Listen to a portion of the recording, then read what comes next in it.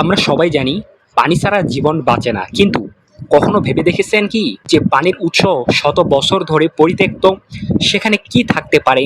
গ্রামের শেষ প্রান্তে একটা পুরনো পানির কুয়া আছে, যা নিয়ে আমাদের ছোটবেলায় অনেক ভয়ঙ্কর গল্প শুনেছি, অনেক সত্য ঘটনা শুনেছি। আজ আমি সেই কুয়ার কাছে এসেছি।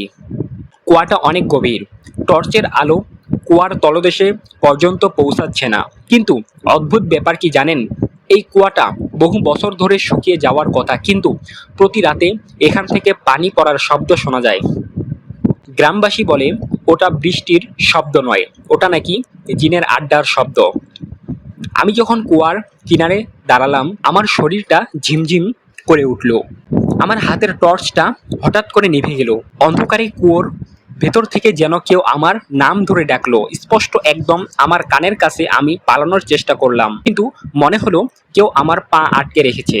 আমি টর্চটা কোনো মতে জ্বালালাম, কিন্তু যা দেখলাম তাতে আমার হার্টবিট থেমে যাওয়ার জোগাড়।